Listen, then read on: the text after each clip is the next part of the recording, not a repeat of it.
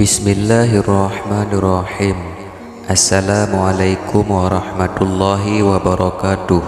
Alhamdulillahi rabbil alamin.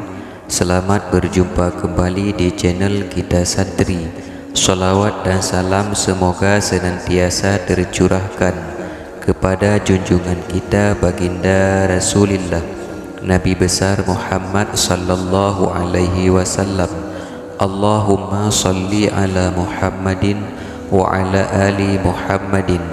Harapan dan doa saya semoga saudaraku semuanya selalu diberikan kesehatan, dilancarkan rizkinya, diampuni dosa-dosanya, dan dipanjangkan umurnya. Amin ya rabbal alamin.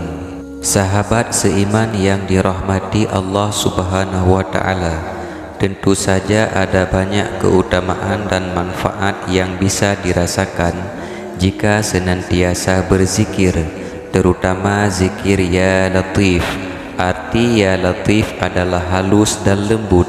Ya Latif merupakan suatu amalan zikir yang diambil dari salah satu Asmaul Husna Al-Latif yang menunjukkan sifat Allah subhanahu wa ta'ala yang maha lembut.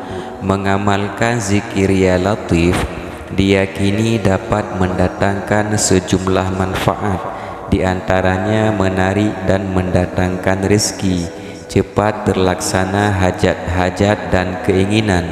Meskipun demikian, zikir Ya Latif tidak bisa diamalkan secara sembarangan, sebab terdapat tata cara dalam melakukan zikir tersebut. Adapun beberapa manfaat dan tata cara mengamalkan zikir Ya Latif adalah sebagai berikut. Keutamaan membaca zikir Ya Latif. Yang pertama, mendatangkan rizki. Penting untuk diketahui bahwa mengamalkan zikir Ya Latif merupakan bagian dari ikhtiar untuk mencari rizki.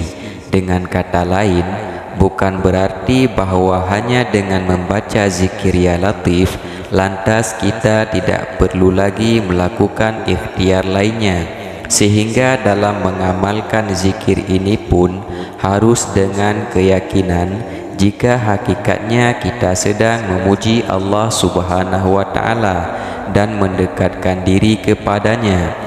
Dengan menjadi lebih dekat dengan Allah subhanahu wa ta'ala, diharapkan Allah berkenan untuk memberikan kita kemudahan dalam mencari rizki. Yang kedua, keinginan dapat terpenuhi. Mengamalkan zikir Ya Latif juga diyakini dapat mempercepat terwujudnya hajat atau sesuatu yang diinginkan. Maka tidak heran jika banyak orang menggunakan zikir ini sebagai wasilah meminta kepada Allah subhanahu wa ta'ala agar hajatnya segera dikabulkan. Namun penting untuk dicatat bahwa zikir Ya Latif merupakan salah satu bagian dari ikhtiar. Yang ketiga, dijauhkan dari kesulitan. Apabila ada seseorang muslim yang sedang ditimpa kesulitan, hendaknya berwudu dengan benar, kemudian mengerjakan salat sunnah 2 rakaat. Setelah itu dilanjutkan dengan membaca zikir Ya Latif sebanyak 100 kali, maka Allah subhanahu wa ta'ala akan memberikan jalan keluar dari setiap kesulitannya tersebut. Yang keempat, dihindarkan dari penyakit mental. Membaca Ya Latif sebanyak 129 kali akan menolong orang yang sedang mengalami depresi dan stres. Namun lebih bagus lagi apabila diamalkan tiap-tiap selesai mengerjakan salat fardu.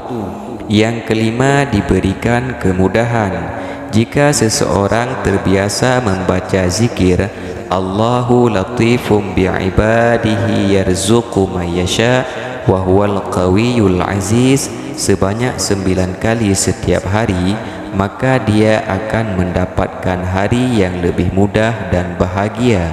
Tata cara mengamalkan zikir Ya Latif. Yang pertama, meluruskan niat. Niat selalu menjadi hal terpenting dalam menjalankan sesuatu amalan. Niat pula yang membuat sesuatu tindakan atau perbuatan bernilai ibadah ataupun tidak. Niat pula yang membedakan amal ibadah yang satu dengan ibadah lainnya.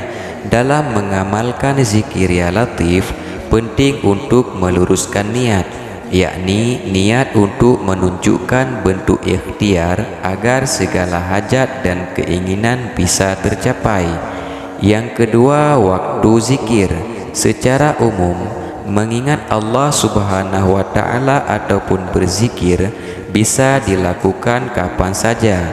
Bahkan ketika berzikir bisa dilakukan sambil bekerja atau ketika melakukan aktivitas lainnya. Namun khusus zikir ya latif dianjurkan untuk membacanya setiap setelah salat maghrib dan subuh. Yang ketiga, jumlah dan bacaan lainnya. Zikir ya latif merupakan zikir yang bacaannya diambil dari salah satu asmaul husna al-latif. Zikir ya latif dianjurkan dengan membaca ya latif sebanyak 129 kali. Setelah selesai membaca ya latif sebanyak 129 kali, dilanjutkan dengan membaca surah Asyura ayat 19 sebanyak 7 kali. Adapun bacaan surah Asyura ayat 19 adalah sebagai berikut. Bismillahirrahmanirrahim. Allahu latifum bi'ibadihi yarzuqu man yasha wa huwal qawiyul aziz. Artinya, Allah maha lembut terhadap hamba-hambanya. Dia memberi rizki kepada yang Dia kehendaki, dan Dialah yang maha kuat lagi maha kuasa. Yang keempat, membaca doa. Setelah membaca surat Asyura ayat 19 sebanyak 7 kali, kemudian membaca doa untuk menarik dan membuka pintu rizki. Adapun bacaan doa zikir ya latif adalah sebagai berikut. Bismillahirrahmanirrahim. Allahumma inni as'aluka an tarzuqani rizqan halalan wasi'an tayyiban min ghairi ta'bin wala musyaqqatin wala dhairin wala nasabin innaka ala kulli syai'in qadir. Artinya, ya Allah, aku minta pada Engkau agar melimpahiku rizki yang halal, luas dan baik tanpa kesusahan, tanpa kemelaratan dan tanpa kepayahan. Sesungguhnya Engkau maha kuasa atas segala sesuatu. Sahabat seiman yang dirahmati Allah Subhanahu wa taala, inilah yang dapat kami bagikan pada kesempatan kali ini. Kalau ada di antara kita yang lagi mengalami ujian di dalam kehidupan, semoga cepat Allah Subhanahu wa taala selesaikan. Dan kalau ada di antara kita yang lagi berjuang dengan kesembuhan sesuatu penyakit, semoga cepat Allah Subhanahu wa taala sembuhkan. Amin ya rabbal alamin. Wallahu a'lam bissawab. Assalamualaikum warahmatullahi wabarakatuh.